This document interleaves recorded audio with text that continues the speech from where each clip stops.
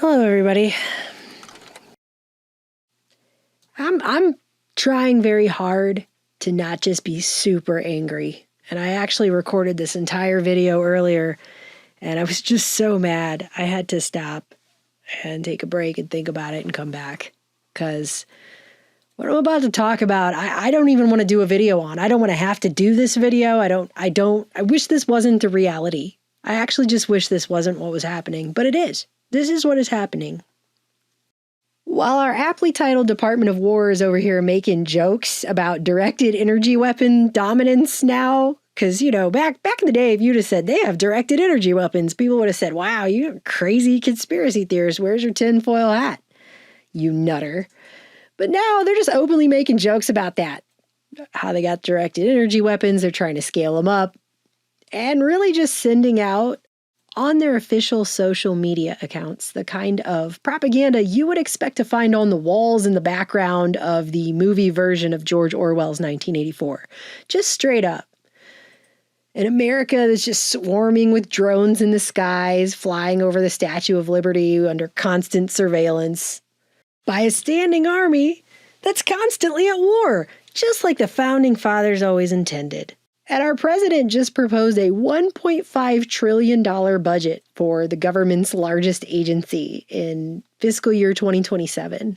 This will allow us to build the, quote, dream military that we have long been entitled to, and more importantly, that will keep us safe and secure regardless of foe. Do we have any understanding, Todd, about what is the definition of a dream military and what that would include? We don't.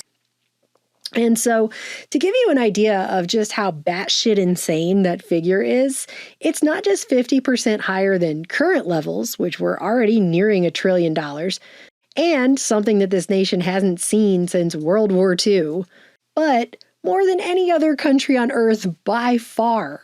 Larger, way larger than Russia and China's budgets combined. And even Forbes is now saying this will make America weaker at this point. But of course, all the politicians who make kickbacks from these defense companies are commending Trump, as if anyone has even explained why this agency, which has never once been able to pass an audit, even a single time ever, should be given an amount of money so absolutely cartoonish that it's nearly impossible to visualize. But hey, that's fine. It's not like they're closing U.S. airspace without notice because they've used directed energy weapons to shoot down party balloons or anything. Is the airport totally closed? Apparently. The FAA's Notice to Airmen, or NOTAM, said El Paso had been designated National Defense Airspace, and the government may use deadly force against airborne aircraft that don't adhere to the order. We're learning more detail about the flight stoppage at El Paso Airport. Reports suggest the Pentagon was using a high-energy laser to counter what was thought to be a drug cartel drone. Turns out it was a party balloon. Oh. Actually, they did do that.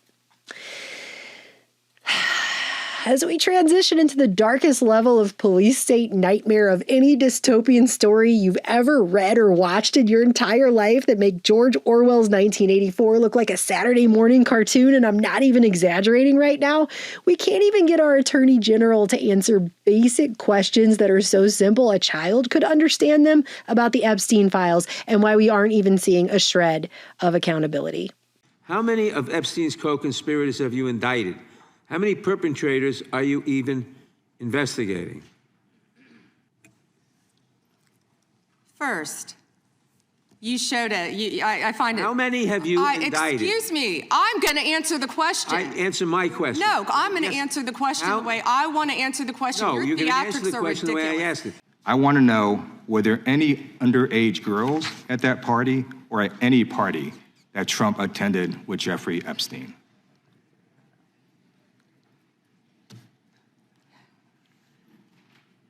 This is so ridiculous, and that they are trying to deflect from all the great things Donald Trump has done. This cover-up spans decades, and you are responsible for this portion of it. And that's now, where the I want to know, at what point did the FBI and the DOJ decide that Lex Wessner was not a co-conspirator? Because our Epstein Files Transparency Act requires you, please put it back on the screen, please, to release the internal decision about whether to prosecute him or not, and it's not in the files, and it's not in the files for any of these other men. Time of the gentleman has expired. May she answer? And he's a hypocrite because he voted against the ban that we were talking about on deep fake AI porn. Only 2 people voted against it, and you were one of them, hypocrite. Donald Trump, the Dow right now is over. The Dow is over $50,000. I don't know why you're laughing. You're a great stock trader, as I hear, Raskin. The Dow is over 50,000 right now. The S&P at almost 7,000. And the NASDAQ smashing records. Americans' 401ks and retirement savings are booming. That's what we should be talking about. We should be talking about making Americans safe. We should be talking about, what does a Dow have to do with anything? That's what they just asked. Are you kidding? And actually, if you didn't watch the hearings, this clip pretty much sums them up. Fix you some of this new Mococo drink. All natural cocoa beans from the upper slopes of Mountain Nicaragua. No artificial sweeteners. What the hell are you talking about? Who are you talking to? Can't use the stock market as a distraction from the redacted files because we're all broke. Do you not understand that? That's how bad of a lawyer the Attorney General is. And the reason it's important to point out how the lowest common denominator of social moray defiling psychos in positions of power in this country are being shielded from any and all accountability is because I keep hearing people say that this same government is somehow going to uphold the law when it comes to other issues that we are dealing with, such as the mass of illegal immigration that was coming in here over the last several years. When it's incredibly obvious to anyone paying actual attention here for more than 5 seconds together that they have no intention of doing so. The same corrupt system is currently building a massive digital surveillance police state, which includes mega warehouse detention centers that are going to be put all over this country. And everywhere you look, this administration and the so-called but in name-only representatives in our Congress are taking financial kickbacks from the very for-profit private prisons that are going to be implementing these detention facilities. So everyone's making bank off of this. Everyone's grifting. I mean, this woman right here who went from this back in 2014. And I'll fight to put human trafficking monsters where they belong, behind bars. Pam Bondi, our Attorney General.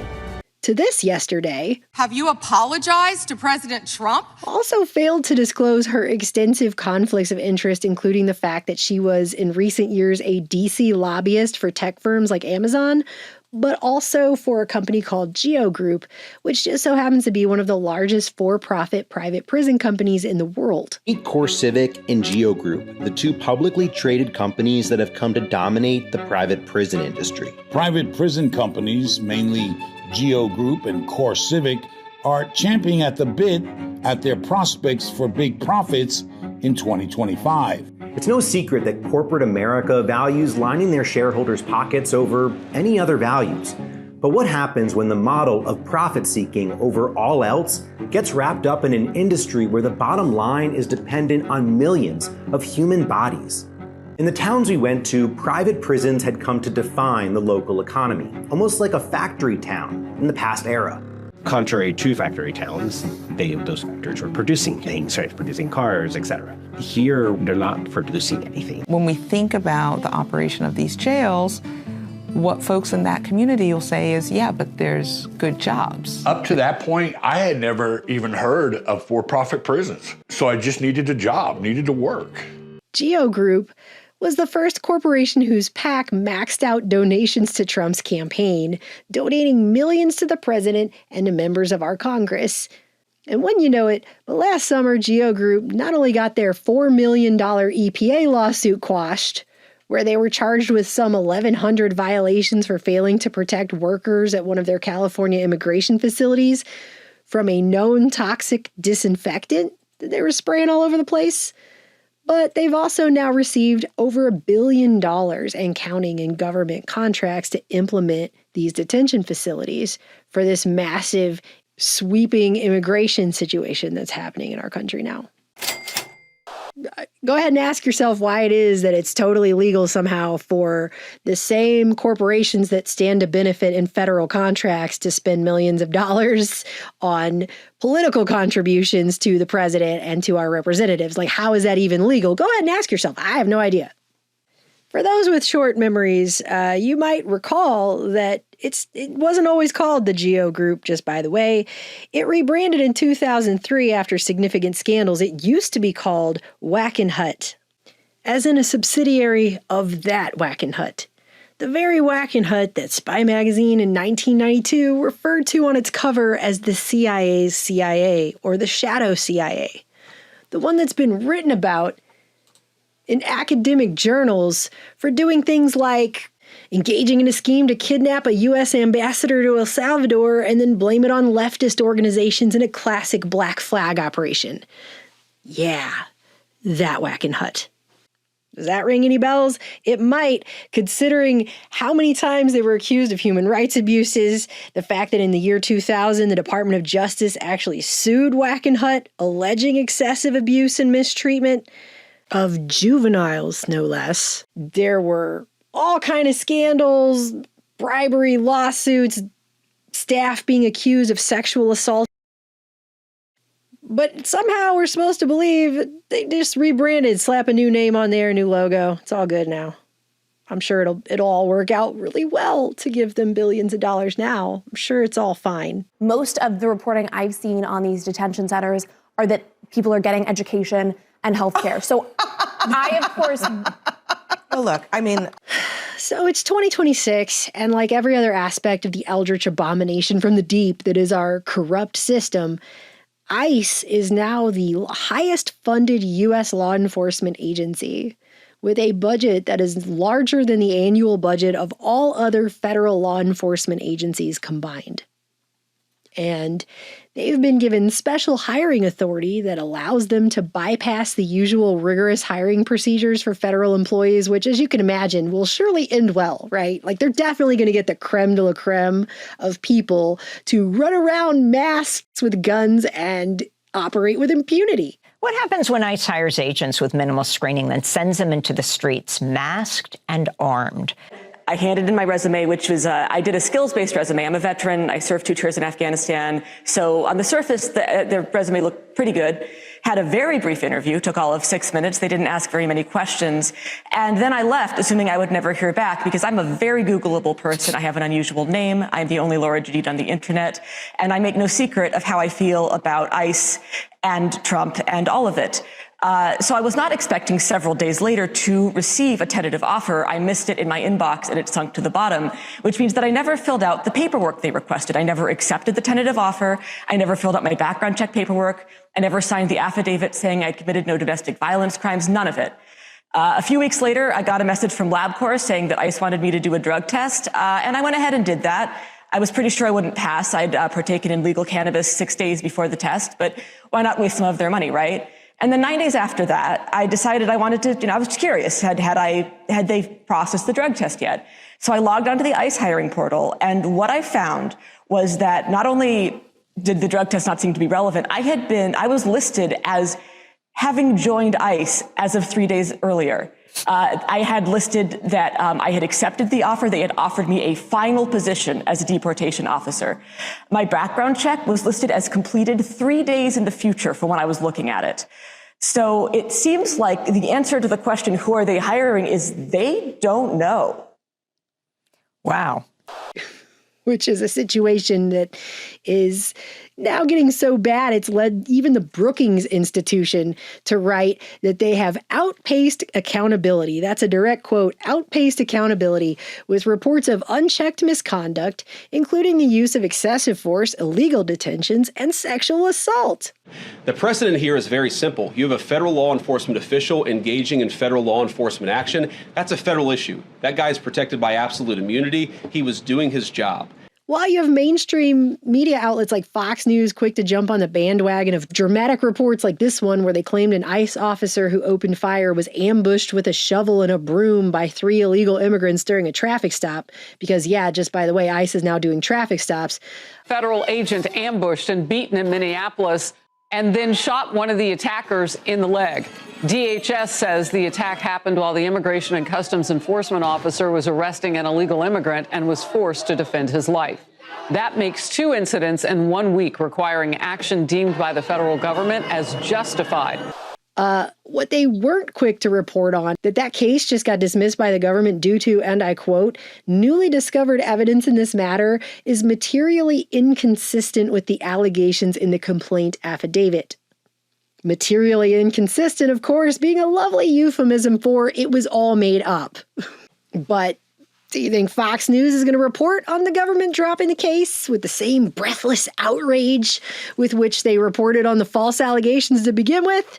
Probably not. I've learned that Homeland Security officials have come to FEMA staff and told them to limit the use of the word ICE in their public messaging and social media posts when talking about the storm. What they are worried about here is that by posting something like, watch out for the ICE, that it's going to become an opportunity for a meme. ICE, which is now increasingly being referred to by analysts and critics as the president's personal roving paramilitary force, has apparently been instructed by a secretive internal DHS memo that it's totally okay to enter people's homes without a judicial warrant in direct violation of the Fourth Amendment of our Bill of Rights, as 2 whistleblowers came forward to disclose last month. This just into our newsroom in the last half hour. According to a memo from the acting ICE director obtained by the Associated Press, immigration officers can enter homes without a judicial warrant.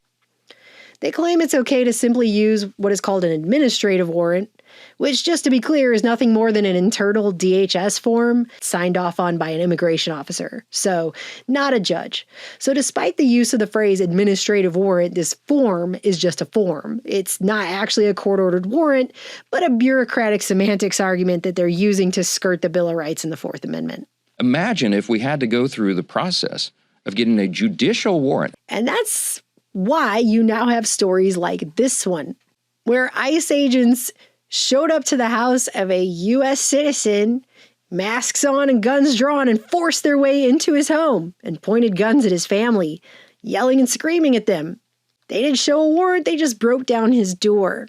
Just take me out there without any clothes on, unless only the blanket, only my grandson's blanket, cover me, take me out there to the car.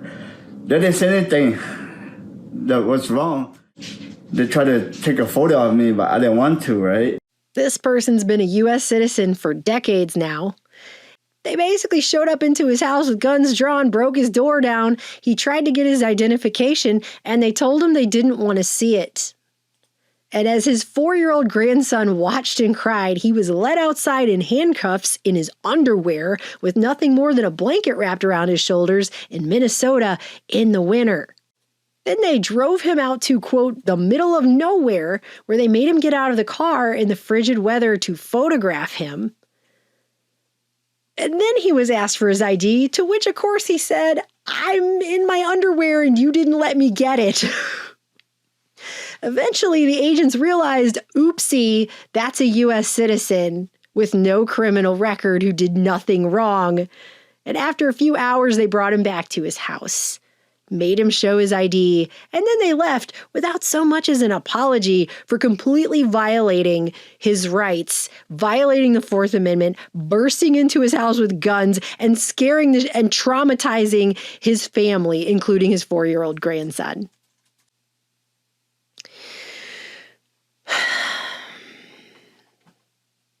And if it happened to him, it can happen to you. It can happen to anybody.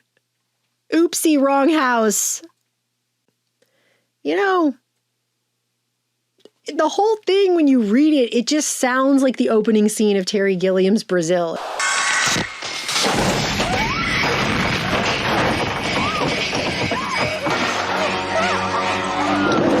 Michael Archibald, residing at 412 North Tower, Shangri-La Towers, has been invited to assist the Ministry of Information with certain inquiries. Sign here, please. That is your receipt for your husband. Are you okay? We're Department of Works. Nothing to worry about. It's Tuttle downstairs who can worry, eh? Tuttle? His name's Buttle. There must be some mistake.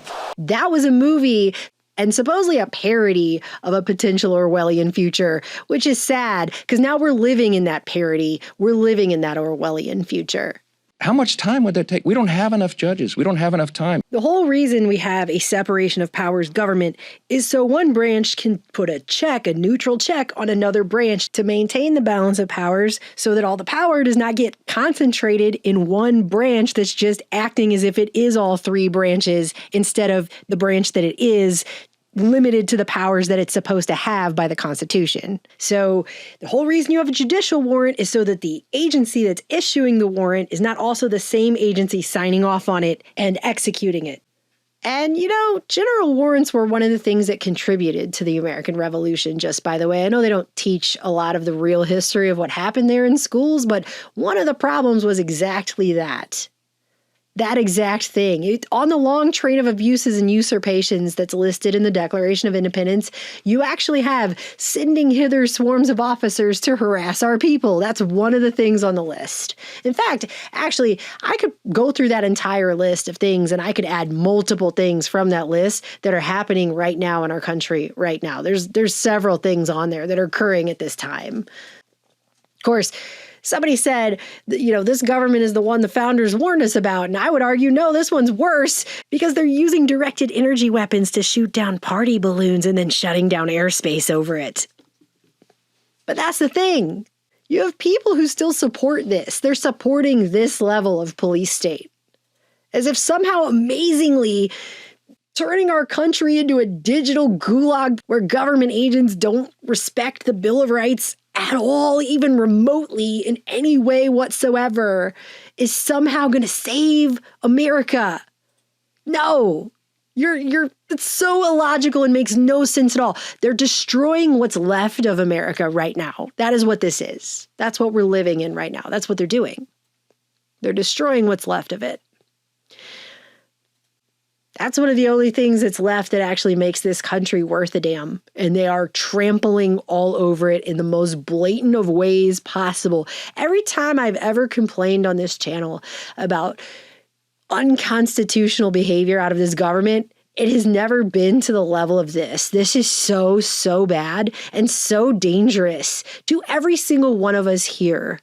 The president deserves a big A for restoring order at the border. DHS touting the lowest number of illegal border crossings since 1970. But Trump deserves a D for the brutality of his deportation campaign. Agents wait 14 seconds, then blow out the bedroom window. I do have issues with maybe the way that he has conducted the attempts at deportations. Seems needlessly cruel. If you care at all about liberty, or freedom, or the Bill of Rights, or your inherent rights, or the rights of your family and friends, if you care about any of that stuff at all, and to prove what I'm saying, I would like to read to you now this court transcript dated February 3rd out of a U.S. District Court in Minnesota. This really brings it home, what is actually happening. If you read this document, and I will put the links to these court documents in a pinned comment below so that you can go read the whole thing if you want. It's actually not that long of a read. So this is a show cause hearing that the judge called, and it starts off with, it concerns the compliance with court orders, not policy, just compliance, nothing else. The judge says, I've had so many issues with non-compliance in just the past week that I had to call this hearing. So the judge says, first of all, I just have some general comments. I hope everybody here agrees and acknowledges that a court order is not advisory. It's not conditional. It is not something that any agency can treat as optional while it decides how or whether to comply with the court order. The authority exercised by the court is derived from Article 3 of the Constitution and is not by dint of the party's agreement with the ruling itself. That authority under Article 3 only has meaning if the court orders are obeyed, adhered to promptly, fully, and in good faith. That obligation matters most where liberty is at stake. Detention without lawful authority is not just a technical defect, it's a constitutional injury that unfairly falls on the heads of those who have done nothing wrong to justify it. The individuals affected are people. The overwhelming majority of the hundreds seen by this court have been found to be lawfully present as of now in the country. And I think I'm going to repeat that. I'm going to repeat that sentence.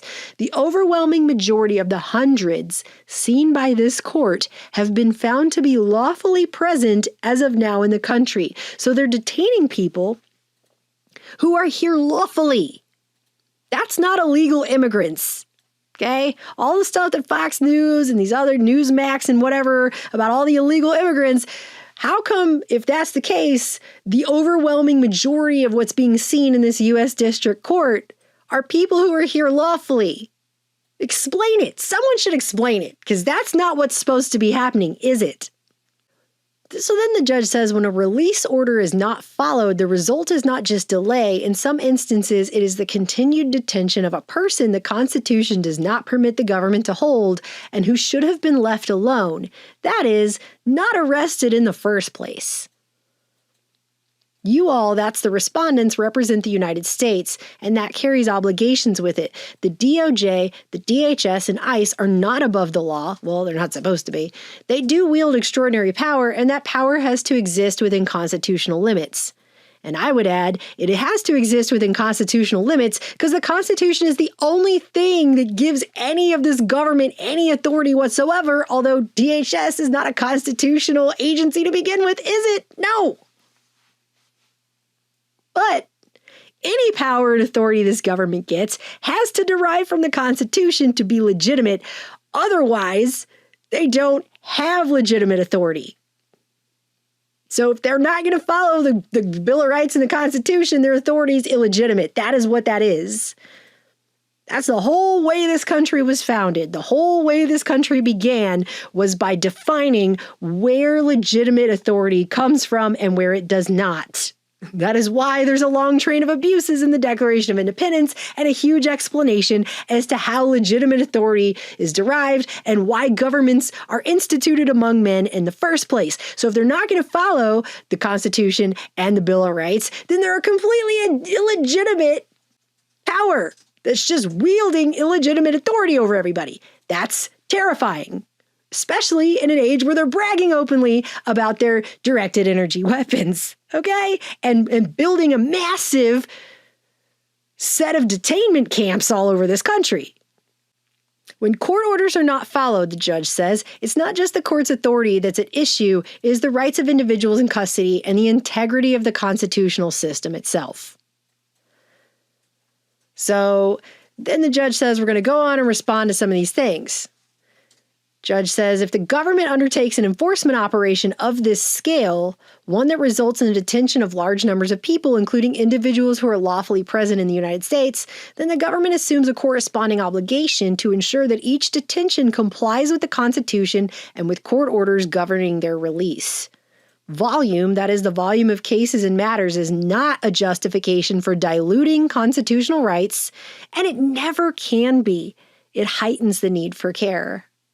Having what you feel are too many detainees, too many cases, too many deadlines, and not enough infrastructure to keep up with it all is not a defense for continued detention of people that weren't supposed to be arrested in the first place. If anything, it ought to be a warning sign. But what you cannot do, the judge says, is to detain first and then sort out the lawful authority of that detention later. Continued detention is not lawful just because compliance with release orders is administratively difficult or because an operation is expanded beyond the government's capacity to execute it lawfully. So Ms. Voss and Ms. Lee are the lawyers for the government. The judge says, so Ms. Voss, I don't take it at all that it's the government's position that Operation Metro Surge has outpaced the government's ability to lawfully process detentions and comply with judicial oversight. That's not the government's position, is it? And Ms. Voss says, no, certainly not, Your Honor. And the judge says, right. And does the DOJ feel that just because it has or needs resources to process all of the claims and comply with court orders, that that's a reason for the court to be relaxing constitutional requirements? And Ms. Voss says, no, certainly not, Your Honor. If you don't comply with the court's orders, you've essentially painted the court into a corner, because what are we supposed to do? We're here to determine what the law is and sort out whether the detentions were lawful or not and issue orders for release if we find the detentions were not lawful, and to oversee that that gets executed. And in our case, the court has hundreds of these cases of noncompliance at this point. Hundreds of cases of noncompliance where they're detaining people that shouldn't have been detained. They've been ordered to release those people, and they're not doing it. So they go back and forth on that, and I just want to get into this lawyer, Miss Lee. She's trying to explain how she's new, and she's been working there only a month, and she says it's been more than 4 weeks, and she just got her card into the DOJ system yesterday. So they're not even giving her access to the DOJ system. This is the lawyer that's representing the government. She says, so in January 5th, she started with the agency. And to be honest, we have no guidance or direction on what we need to do. That is what the lawyer for the government just said. She's gotten no guidance or direction on what she needs to do. She said she just showed up and they threw her in there. I mean, a teenager working at Wendy's is getting more orientation on how to make a cheeseburger than the lawyers for the government are getting in this immigration situation that's unfolding in our country. But first of all, you got to check your stuff, like a grill that's set at 250 with the meat and cheese that's ready to go. A towel to keep your station looking cool. But most of all, you got to have your tool. Do you see the problem there? I'm not sure how anybody thinks that this government is going to fix its own mess in this situation where they're not even giving guidance to their own lawyers on how to deal with what's happening. They're just hiring people basically in name only and just throwing them in there. They're not telling them what to do or giving them even access to the government's own systems so they can do their jobs. They're getting no orientation on how to do anything, no guidance, nothing. But they're supposedly going to fix this problem. Yeah, I somehow doubt that. Down here, she's the lawyers, so she's talking about what her day is like, where she's working these crazy 20 hours a day and everything. And she gets down there and still says she's still having trouble even just accessing her email, her DOJ email, this lawyer. So she's having trouble even just getting in her email to do her job. That's the level. All right. So the judge says, are you telling the court that you were brought in like a brand new, shiny new penny into this role and received no proper orientation or training on what you were supposed to do? And Miss Lee says, I have to say yes to that question, Your Honor. So again, teenagers working at McDonald's are getting more orientation on how to mop a floor and make French fries than the lawyers that the government has hired are getting on how to do their jobs. And you still have people out here saying, oh, they're going to fix this illegal immigration situation. Are you kidding? Are you kidding? This is ridiculous. And you'll get a patty that's out of sight. Press out the corners nice and wide, at least half an inch on both sides. Basically, the argument that's happening at this point is that the judge is saying, look, I order you to release someone and I'm not hearing back from anyone. I'm not hearing back on that any of my orders are being followed or anyone's doing anything that this court is ordering at all. So here's a particular situation where the judge says, here's a petitioner I refer to as Oscar, was a petitioner who had no criminal history that warranted mandatory custody, apprehended by ICE on January 10th, 2026. On January 15th, so that's 5 days later, there was an order from this court that he be released and that the respondent, which is the government, shall confirm the date, time, and location of the petitioner's release within 48 hours of the court order on January 15th. So then they go back and forth on how, like, this day happened, and the 19th is happening, and the 20th is happening, and the court is still not hearing back from the government that they've let this guy go, right? Then the judge says, we learned that on the 20th, when the release was supposed to have taken place finally, that there still was no release.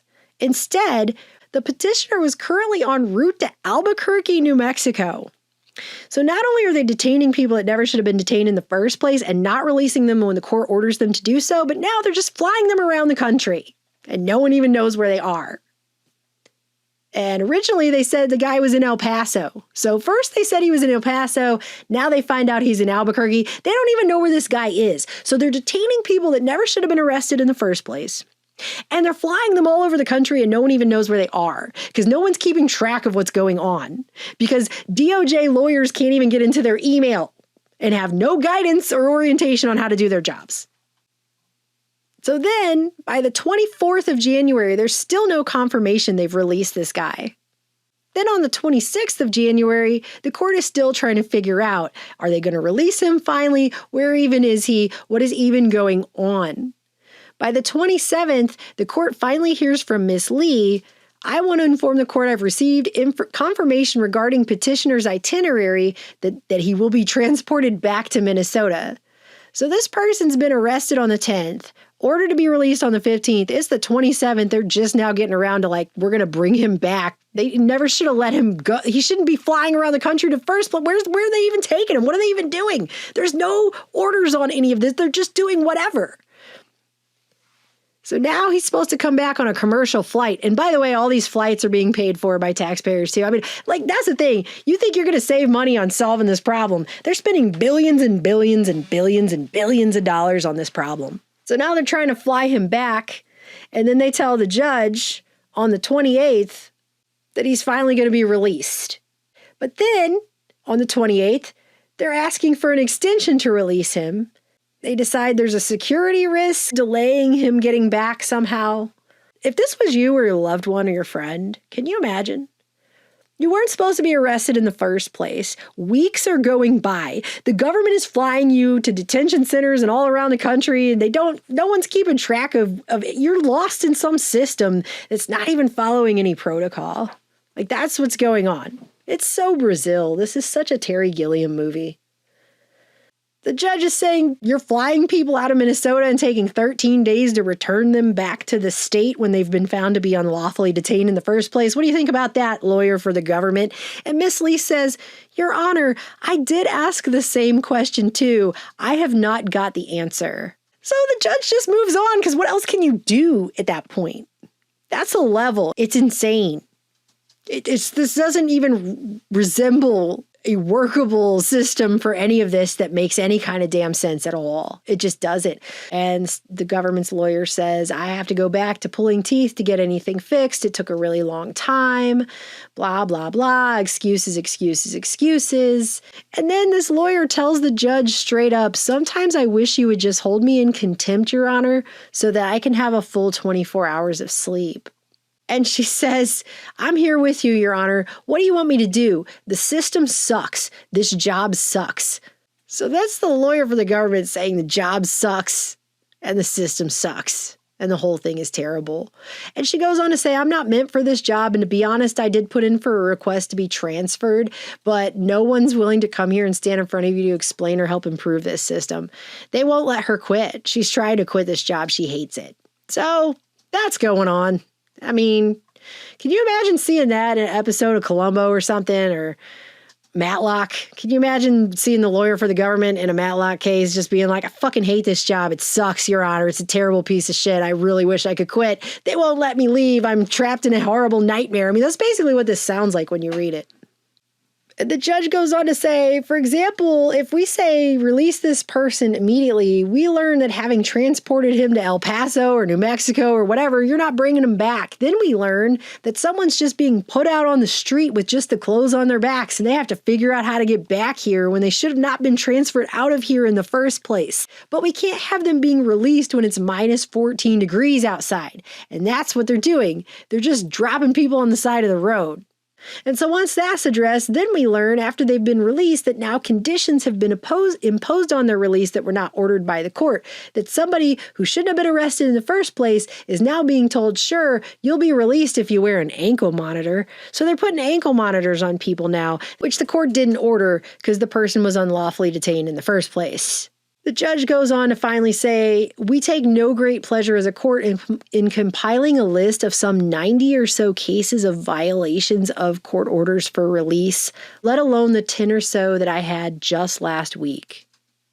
So that's 90 people within a matter of weeks that have been unlawfully detained by this government. They never should have been detained in the first place, and they're not releasing them when the court is ordering to have them be released. Then you get down here and you have a lawyer for the plaintiffs. This lawyer says, first, I'd just like to revisit your question earlier of whether the unitary executive behavior in Operation Metro Surge has outpaced the system's capacity to ensure the Constitution is being complied with, and this is abundantly clear that the answer is yes. The lawyer says there are problems with supervision and training that have resulted in immense violence in our communities, which of course would happen since ICE is just hiring whoever. Again, they have special hiring authority that allows them to bypass any kind of rigorous hiring process. Luckily, my boys at ICE don't mind. They're in it for the love of the game. And how did I find them? By running ads like this. Do you need a job now? Yeah. Are you a big tough guy? Yeah. Tough enough for the army or police? No. But do you take supplements that you bought at a gas station? Daily. Do you like to use zip ties because people in your life don't trust you with keys? You know it. Then buckle up and slap on some Oakley's, big boy. Welcome to ICE.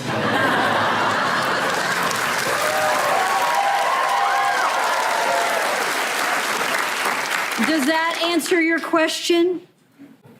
No, not even a little bit.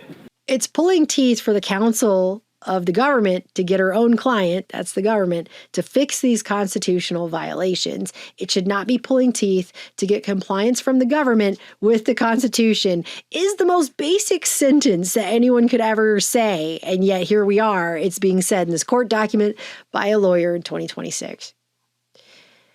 Detain first, find authority later is exactly their strategy, and we've seen this from all of our cases where there's no warrant, no probable cause, and most of the clients, they report that the government, upon detaining them, have no idea who they are. They're pulled over for how they look, or for where they are, or any number of things that don't amount to probable cause under the U.S. Constitution. And then she says she really hopes that the judge reads one of her client's declarations because it articulates just how horrific this experience is for you to be detained when you didn't do anything wrong illegally and then just kept there and not knowing if you're ever going to get out or not. But his affidavit, she says, just really shows what it's like to experience that, and in ways that were personally for me sickening to read as his attorney. That he was without food, he was without clean clothes, he was subject to physical danger, both through reckless driving of ICE agents transporting him from one location to another, to watching people screaming in pain with medical neglect. That the conditions of his confinement included eating food that he conflated with dog food, that people are being treated less than human, and that all of this was happening while he had a court order for his release because he was unlawfully detained. Meanwhile, he's sleeping on the floor if he gets any sleep at all. He's being lied to. He's being denied access to phone calls to his loved ones and his attorneys. I would encourage Your Honor to read this declaration and defer to the court if you would like me to submit it formally in his case. And then there's a human rights declaration for the next case. But if you scroll down, she says, we shouldn't need a specific court order to ask the DOJ not to be putting people's lives in danger. But I can't tell you how many clients I've had where I've had to go find them. They were left on the side of the road with no coat, no phone, no wallet, no hat. They're wearing Crocs or whatever they got pulled out of their house or their car with, whatever that was, and it's 0 degrees outside. We shouldn't need a court order saying don't put someone's life in danger. They're just dumping people. When they finally do release someone that shouldn't have been detained in the first place, they're just dumping them on the side of the road in freezing temperatures in the winter in Minnesota. That's what they're doing. And the lawyer says, but here we are, and we need court orders or orders to show cause just to show compliance with court orders that shouldn't have had to be issued in the first place. I think this would be a different story if these habeas petitions were frivolous, but we're filing so many of them because there are just so many people now who are being detained without any semblance of a lawful basis. So that is the end of the hearing, but that is what is going on. There are so many people now. They're having to file so many habeas corpus petitions. You remember habeas corpus, right? It's the thing that Kristi Noem, DHS Barbie over there, has literally no idea what it is. Terry Noem, what is habeas corpus? Well, habeas corpus is a constitutional right that the president has to be able to remove people from this country and suspend their right let me stop you, ma'am. Habeas corpus, excuse me, that's incorrect. President habeas Lincoln corpus, used it. Excuse me. Habeas corpus is the legal principle that requires that the government provide a public reason for detaining and imprisoning people. If not for that protection, the government could simply arrest people, including American citizens, and hold them indefinitely for no reason. Yeah, that right there. They're having to file so many petitions for that, okay? Because there's just so many people now who are being detained without any semblance of a lawful basis. If you go online and watch this video, you will hear the agent tell Ramon Minera that he is being detained because he has an accent. Do you have documentation? I do have my documentation. Can you present it to me, Why please? are you asking me for my paperwork? Because of your accent. You have an accent too. Where were you born, sir? Where were you born at? Put your hands behind your back. Okay, Ramon Minera is a U.S. citizen. Guess what? There are a lot of U.S. citizens who have accents. And you might say to yourself, this is just a partisan issue. Certainly all of these judges were put there by Obama and Biden, right? But you'd be wrong, okay? Here's another one that came out from a judge, Patrick Schlitz. He was a George W. Bush appointee from 2006. And he's saying right here, there are 96 court orders that ICE has violated on 74 cases. And then he writes, the extent of ICE's non-compliance is almost certainly substantially understated. It's a list that should give anyone pause, no matter his or her political beliefs, who cares about the rule of law, as ICE has likely violated more court orders in January 2026 than some federal agencies have violated in their entire existence. Even Trump-appointed judges are saying this now. While I was recording this, yet another transcript came out of yet another U.S. District Court judge in Minnesota, Judge Nancy Brazel, who's a Trump appointee. And she wrote this. In recent weeks, ICE has isolated thousands of people, most of them detained at the Bishop Henry Whipple Federal Building, from their attorneys. Plaintiffs who are non-citizen detainees and a nonprofit that represents them have presented substantial specific evidence detailing alleged violations of the United States Constitution in holding these people. Defendants, that's the government, may not properly choose a facility that is unfit for a particular purpose and then use the inadequacies of that facility as a justification to deprive detainees of meaningful, confidential access to their legal counsel to the extent demanded by the Constitution. The judge says it appears that in planning for Operation Metro Surge, the government failed to plan for the constitutional rights of its civil detainees. The government suggests, with minimal explanation and even less evidence, that doing so would result in, quote, chaos. The Constitution does not permit the government to arrest thousands of individuals and then completely disregard their constitutional rights because it would be too challenging to honor those rights. Why? Because this is America. If you're not going to uphold the Constitution, those rights apply to those people. When people come over here on tourism, when they come over here on visas, and yes, even when they're here illegally. And I would suggest to you that the reason that this was done in this way is so they could do this. Imagine if we had to go through the process of getting a judicial warrant. How much time would that take? We don't have enough judges. We don't have enough time. It would take decades probably to do that. Just like that lawyer said, they're overwhelming the system. In fact, this whole thing reads like a DDoS attack on our system in order to bring it down on purpose by design. Do you know what a DDoS? If you don't know what a DDoS attack is, it's a distributed denial of service attack that's a malicious attempt to disrupt internet traffic of a targeted server, service, or network by overwhelming it with a flood of internet traffic from multiple compromised malware sources.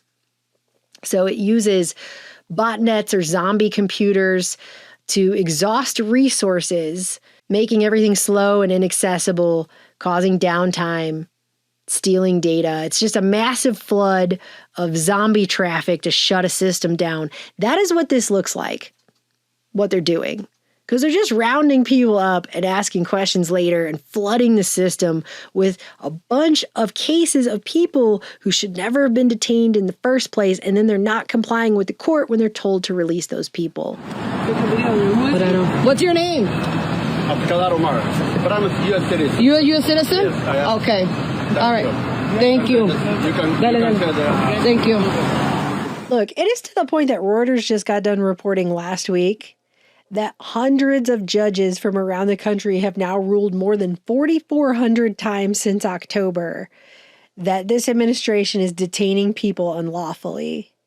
Yet the administration just continues to jail people indefinitely. If it's so simple, we just need to get rid of people who are here illegally. Why are they detaining and locking up people that should not have been detained to begin with? Like, you can't even make this up, dude. As I was recording this, an ICE whistleblower came out, a former attorney who worked for ICE for 4.5 years, who did training for new ICE officers, testified at a hearing before Congress about how they have cut the training program for new ICE officers in half, and they are teaching them directly to violate the Constitution. I swore an oath to uphold the Constitution when I joined ICE on August 1st, 2021. As an assistant chief counsel. I followed that oath for 4.5 years, working side by side with ICE officers. And I followed it when I resigned on February 13th, 2026, a little over a week ago, so that I could speak to you today. 5 months ago, I was asked to teach the law to new cadets at the ICE Academy in Glencoe, Georgia, where ICE is training its new, inexperienced recruits. On my first day, I received secretive orders to teach new cadets to violate the Constitution by entering homes without a judicial warrant. For the last 5 months, I watched ICE dismantle the training program, cutting 240 hours of vital classes from a 584-hour program. Classes that teach the Constitution, our legal system, firearms training, the use of force, lawful arrests, proper detention, and the limits of officers' authority. No reasonable person would believe a training program suddenly cut nearly in half could meet the minimum legal requirements. I do not know how anybody who's watching this can possibly say to themselves that this is going to restore America or make America better. Deficient training can and will get people killed. It can and will lead to unlawful arrests, violations of constitutional rights, and a fundamental loss of public trust in law enforcement. ICE is lying to Congress and the American people about the steps it is taking to ensure its 12,000 new officers faithfully uphold the Constitution and can perform their jobs. Way more dangerous than the illegal immigrants are that are here, okay? This, way worse. And by the way, referring to the Biden presidency, I just want to say real quick, where we don't even know if the guy was conscious half the time and the crazy stuff that was going on during his presidency with the auto pin and everything, referring to that mess, that hot mess of a situation, is not some excuse for the Trump administration to do things that are even worse. Like, well, he sucked really bad, so I have to suck 10 times more. That's not how that works. And now we're here in this problem reaction solution world of ICE rapidly constructing billions of dollars of massive warehouse detention facilities all over our country. Department of Homeland Security is planning to spend nearly $40 billion on new immigration detention centers.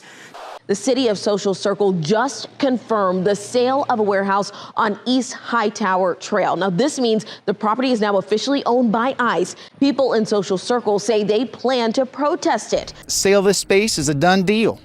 There's a sales deed showing the federal government paid just under $129 million for this space. So what did DHS buy? Well, it's a box, an over 1 million square foot gray box studded with semi-truck loading docks, built to be a distribution center. for the massive grift that is now happening for that. You know how ICE is buying up all of these detention centers? They're overpaying for them massively, and we don't know who's pocketing those profits. Let me show you the most egregious example. In Social Circle, Georgia, a town of 5,000 people, ICE bought a warehouse from a company called PNK Group, owned by Andrei Sharkov. The company was originally incorporated in Russia, and Sharkov, who's no longer a Russian citizen but still spends time in Moscow, bought this property less than 2 years ago for $29.4 million.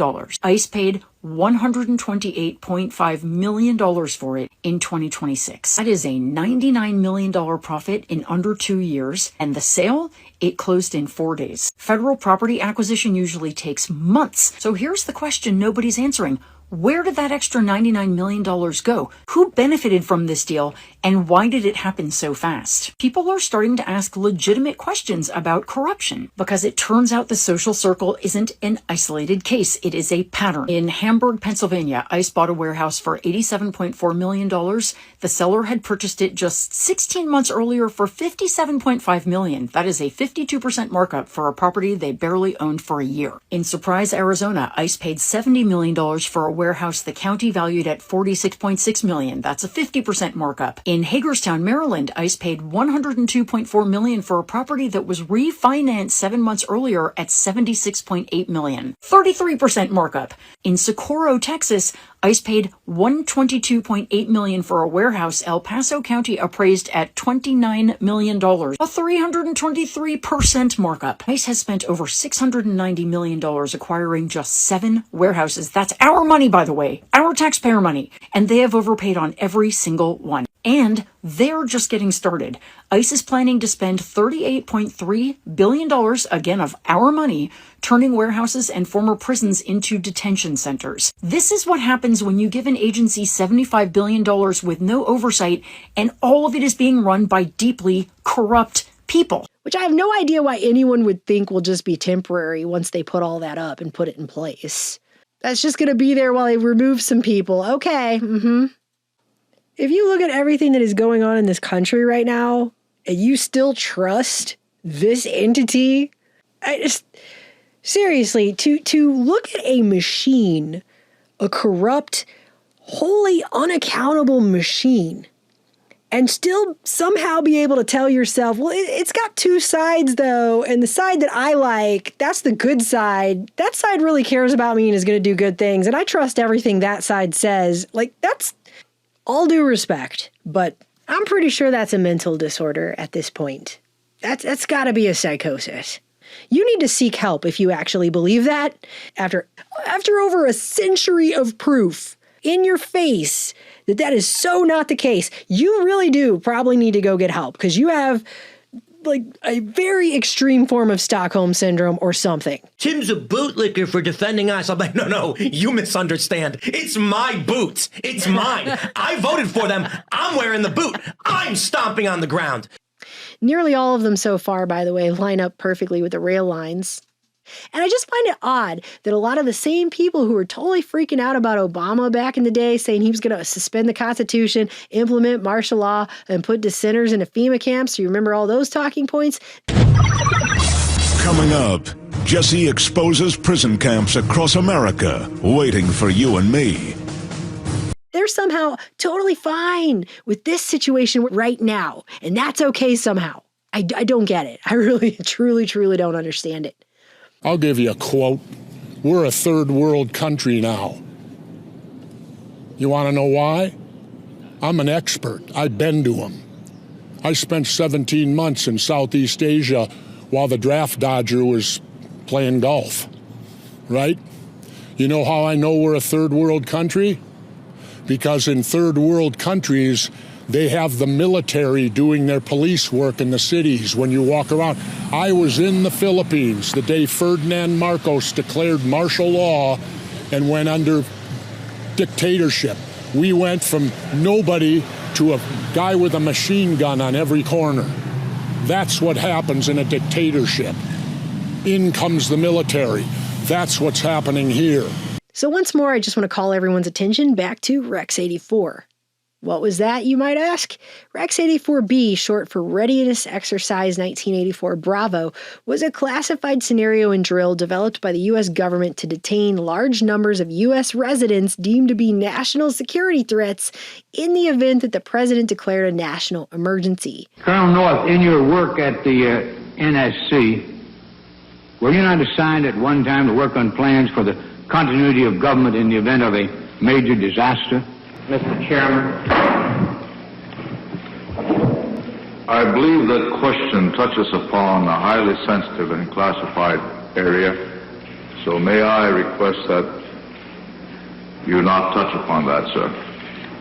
It utilized the pretense of a sudden massive influx of undocumented immigrants from Mexico and Central America, does any of this sound familiar, to justify the creation of detention centers and the potential suspension of the Constitution and civil liberties to lock up thousands of U.S. citizens deemed to be subversives or national security threats, including anti-war protesters and activists. I was particularly concerned, Mr. Chairman, because I read in Miami papers and several others that there had been a plan developed by that same agency, a contingency plan in the event of emergency that would suspend the American Constitution. And I was deeply concerned about it and wondered if that was the area in which he had worked. I believe that it was, May I most respectfully request that that matter not be touched upon at this stage. So right now, while they're getting everyone acclimated to roving masked paramilitary gangs doing daylight snatch and grabs without bothering to determine if they have any legal justification for grabbing that person in the first place, you can imagine how awesome it feels to hear ICE Acting Director Todd Lyons during a recent U.S. Homeland Security Committee hearing make the claim that they're not creating a database to track protesters. Those people protesting, practicing this First Amendment right, photos of them, data taken, they're not being placed in any kind of a database? There is no database for protesters, sir. One of your officers in Maine said to one of the individuals protesting, "We're going to put your face in a little database." It's not illegal to record. That's what we're doing. Yeah, why are you taking my information down? Because we have a nice little database. Oh, good. And now you're considered a domestic terrorist. So We're videotaping you? Are you crazy? What does that mean? Do you have a little database of Americans? No, sir, we don't. Then what do you think your ICE agent was doing to this individual when he said those statements? I can't speak for that individual, sir, but I can assure you there is no database that's tracking United States citizens. Only to turn around and read in Reuters that they are exactly doing that exact thing, that they indeed are tracking the names of protesters in an internal database. Two ICE officials who asked for anonymity to speak to Reuters said the agency has been tracking the names of protesters in an internal database for several months. They say the database contains names, photos, actions that provoke suspicion, locations, and license plates, and that the effort was intended to spot patterns that could lead to charges. Or to find out that Homeland Security is increasingly using undercover techniques to infiltrate and interact with social media users in order to collect intelligence and target individuals in new documents that leak a program called Masked Engagement, which allows Homeland Security officers to assume false identities and interact with people on social media, to befriend them and join closed groups and gain access to otherwise private postings, photographs, friend lists, and more, which is now being used by over 6,500 field agents and intelligence operatives to, I guess, monitor U.S. citizens even more than they were before. Or that ICE agents in Minnesota detained a Marine Corps veteran at gunpoint, sampled his DNA, scanned his face, and cloned his phone, all without a warrant. Because that's exactly what is happening now, and it's exactly what Rex 84 sounds like. We're basically living in the reality of that drill now. This is a recipe for disaster. This is a recipe for civil war. You cannot take the last vestige of what even matters about America and destroy it and then say to yourself that's somehow going to fix it. It's not. We put them through a range of scenarios where we could test, do they understand when they can enter a home or not? Do they understand when they can make an arrest or not? And if they showed that they did not know that, we could fail them and send them back and make them try again and demonstrate their knowledge. And if they failed twice, out of the academy. But today, no matter how badly a cadet does at those practical exams, no matter how many mistakes they make, no matter how egregiously they violate the law during a practical, we graduate them. Because this is a recipe for destroying America completely. That is what this is. And oh, just by the way, they are stockpiling weapons. They are stockpiling weapons. They have given these people so much money. The new report just came out from freaking Adam Schiff. I can't even freaking stand Adam Schiff, but it doesn't even freaking matter because the report itself stands on its own basis. And he put out a report about how they're now doing $144 million in weapons and ammunition and military-style accessories to give to these ICE officers who aren't even getting basic-ass training. DHS told the public that new cadets receive all the training they need to perform their duties, that no critical material or standards have been cut. This is a lie. These people are standing out in the middle of the street in jungle fatigues like it's the Vietnam War. Do they think they're blending in? Is that camouflage for Main Street USA over there? Because it isn't. And they're giving them $144 million in weapons and ammunition accessories just in Trump's first year. For an agency that a whistleblower who worked there 4.5 years as an attorney who trained these people, who was training new cadets, straight up says they have cut the training on the safety usage of said weapons. Many graduates go to their home office just long enough to get their gun, their badge, and their body armor before deploying to places like Minneapolis and other ICE operations with minimal supervision. It's shocking that anyone would think this is safe or responsible. And this pattern of lies is not isolated. It extends beyond the training program to include deceiving Congress and the public about the rules followed by ICE officers once they graduate. Again, this is America being destroyed. This is also a recipe for civil war in the streets. This is absolutely terrifying, actually, when you really stand back and look at it all and think about it. This is a nightmare. It's a waking nightmare. My first question is for Mr. Bunnell. Yes or no, in the absence of an emergency, are ICE and Border Patrol agents legally allowed to knock down someone's door without a judicial warrant and probable cause? They are not. And yes or no, also for you, have ICE and Border Patrol agents acted illegally in forcing entry to private homes over the past year without judicial warrants and probable cause? Based on the reports that we've seen today and what we've heard about, it sounds like they are, yes.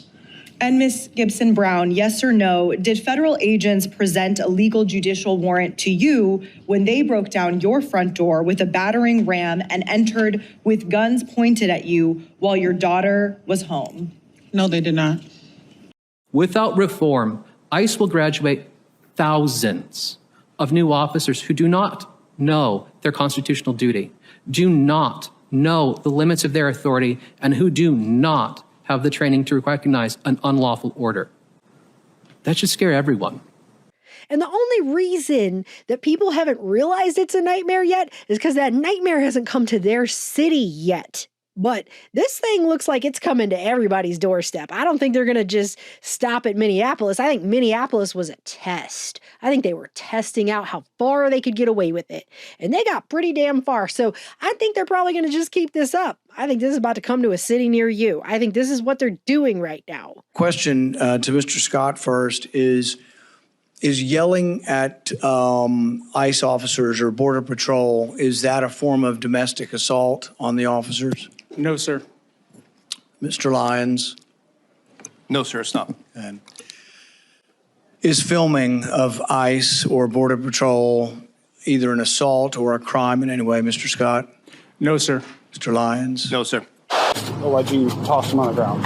Yeah, just trying to grab his phone out of his hand. This is the first incident that we were able to identify under the second Trump administration where an ICE agent was criminally charged for battery. Federal officer Adam Sirocco was charged for assaulting Chicago attorney and Air Force veteran Robert Held for filming him at a gas station. It's hard to even tell who these guys are in some of the videos I've seen.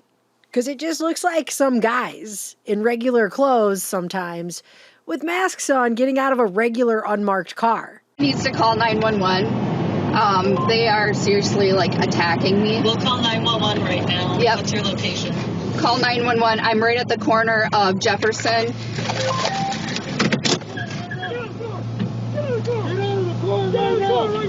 No. No, I will not. I will not get out of the car. No. No. I will not get out of the car. You guys, I need CEOs here now. Get out of the car. No, I will not get out of the car. You can't do this. Get your hands off of me. Get your hands off me. Get your hands off me. I am not doing shit. I am observing. I am observing. I have not done anything.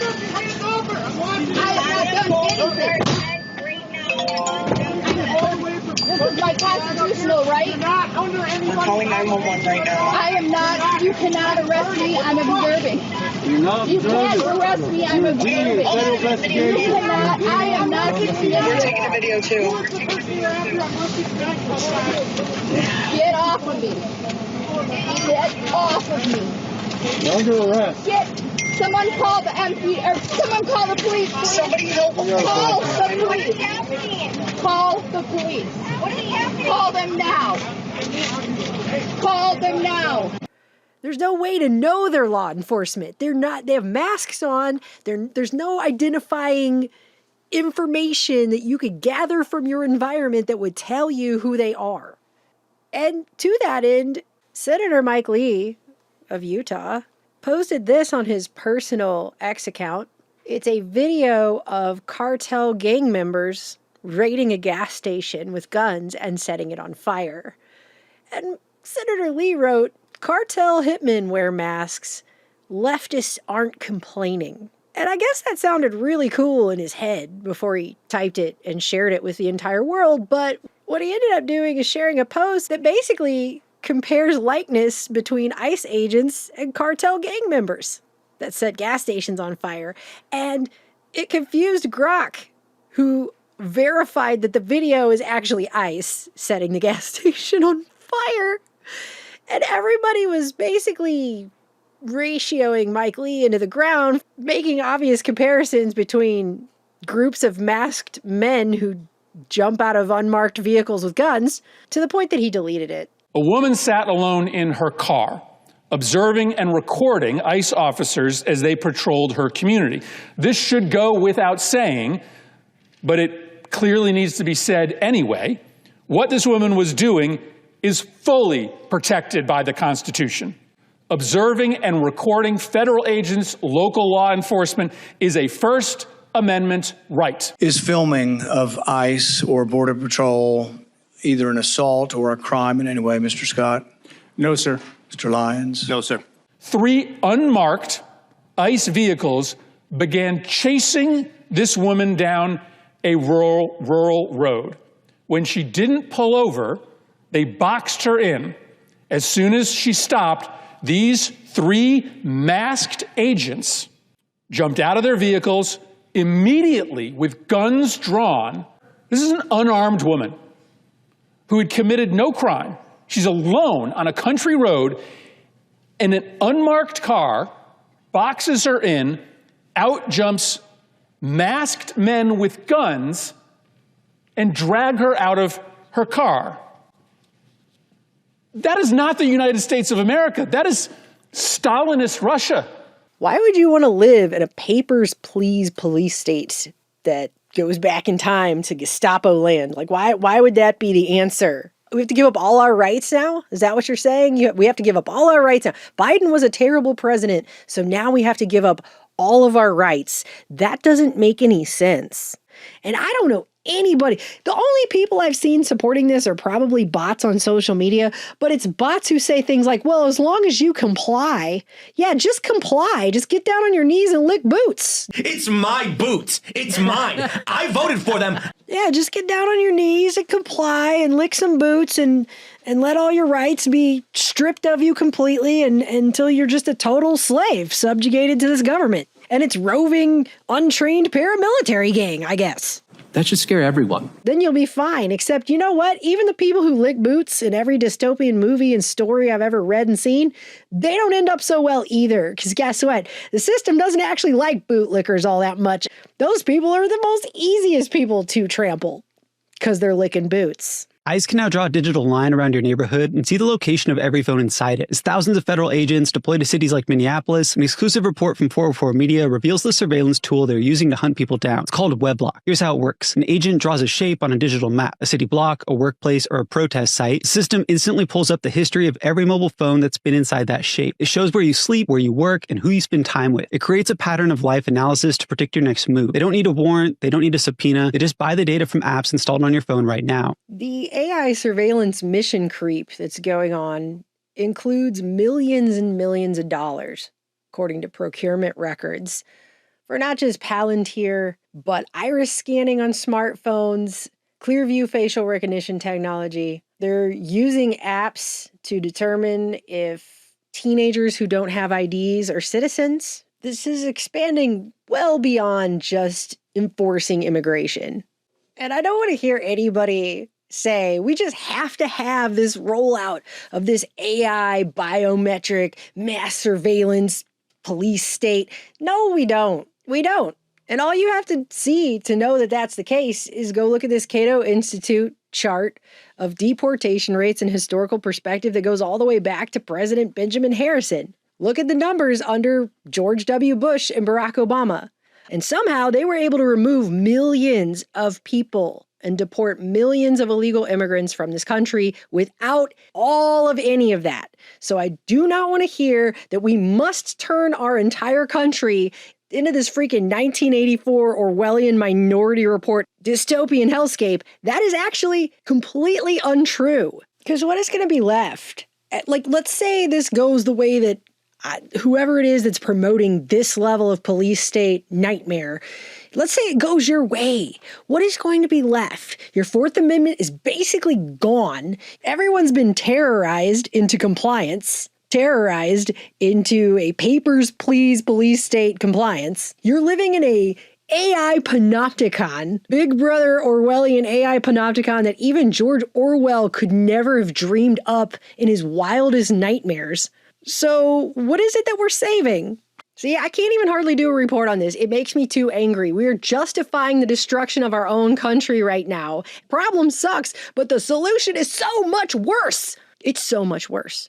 I don't know why any of you would think that you want to live this way. Who would want to live in a country like this? Who would want to live in this country? Why don't you go live in post-World War II East Germany? Countless private citizens were also monitored, observed, and wiretapped, like Michael Schlosser, who assembled an airplane in his shed in order to flee to the West.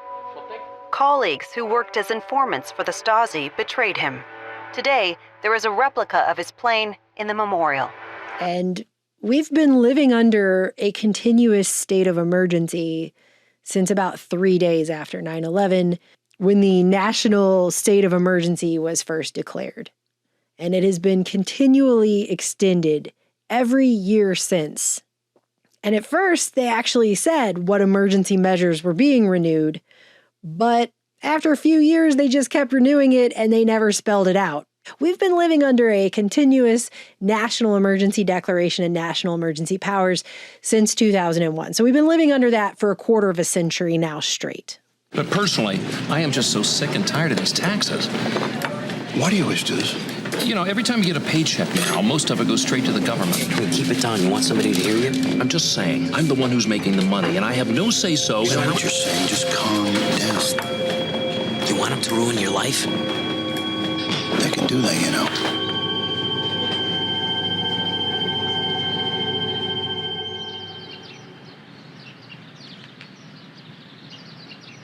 Excuse me. I can't seem to find these anywhere. Huh. These books are no longer available. I didn't know. May I have your name, please? Why? Excuse me. What did I do? We just have a couple of questions. Easy, easy.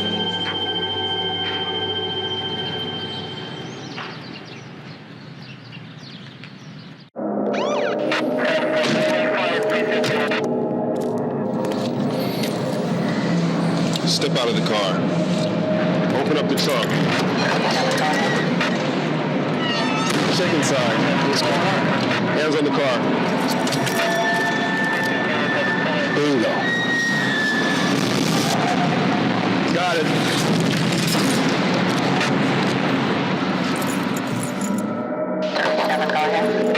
May he bless you and keep you. May he grant you peace. Amen. Amen. Thank you all for coming. I'll see you all next week, and please be careful going home.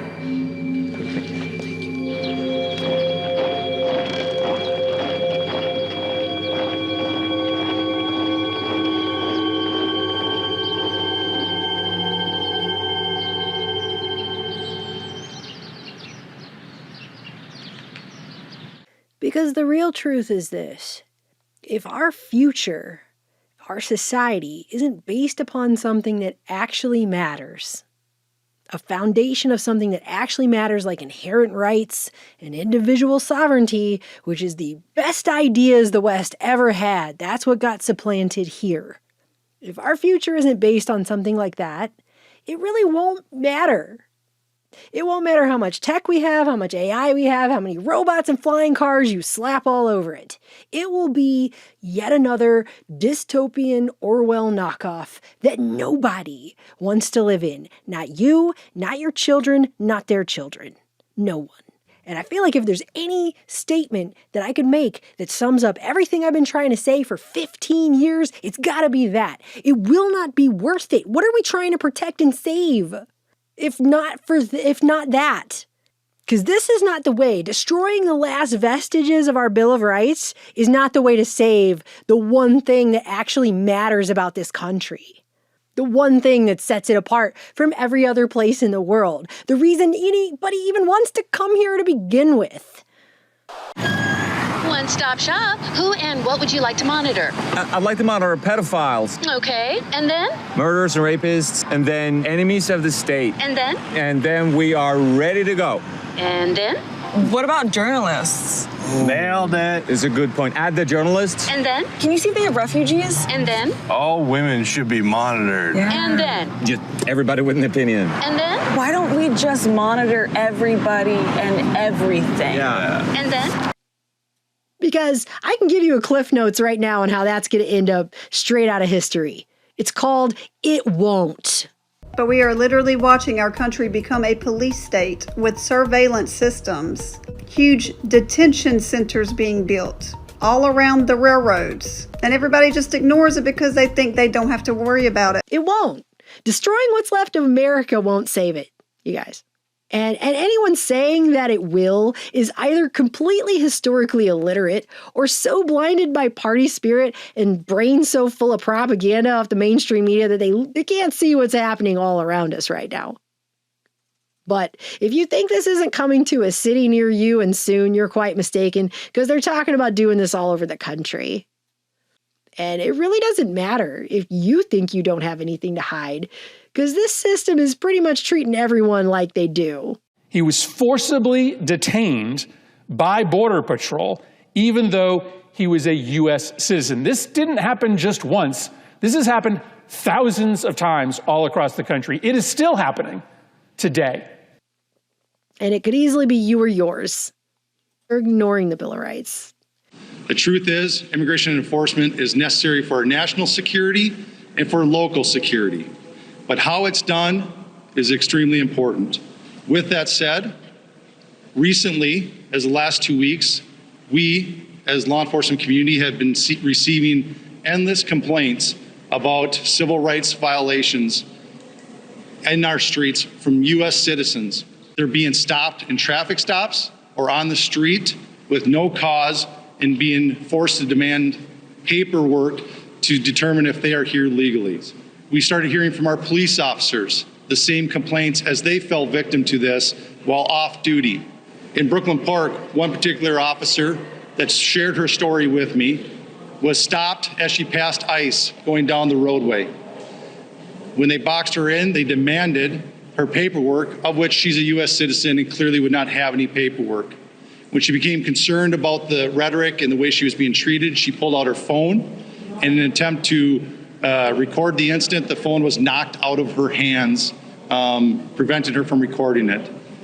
The officer had their guns drawn during this interaction. The officer became so concerned they were forced to identify themselves as a Brooklyn Park police officer in hopes of slowing the incident and de-escalating the incident down. The agents then immediately left after hearing this, making no other comments, no other apologies, just got in their vehicles and left. I wish I could tell you that this was an isolated incident. In fact, many of the chiefs standing behind me have similar incidents with their off-duty officers. We know that our officers know what the Constitution is, they know what right and wrong is, and they know when people are being targeted, and that's what they were. If it is happening to our officers, it pains me to think of how many of our community members are falling victim to this every day. And while Congress is trying to catch up, introducing legislation that attempts to ban ICE from using facial recognition technology, this whole situation that we're seeing unfold in our country right now, in the 250th anniversary year of the signing of the Declaration of Independence, from the Epstein files release to the burgeoning digital police state, once again, just comes off as a massive DDoS attack in the physical space to bring down our easily corruptible human government so they can replace it with whatever new system is that's coming next, the AI technocracy or whatever the hell it's about to be.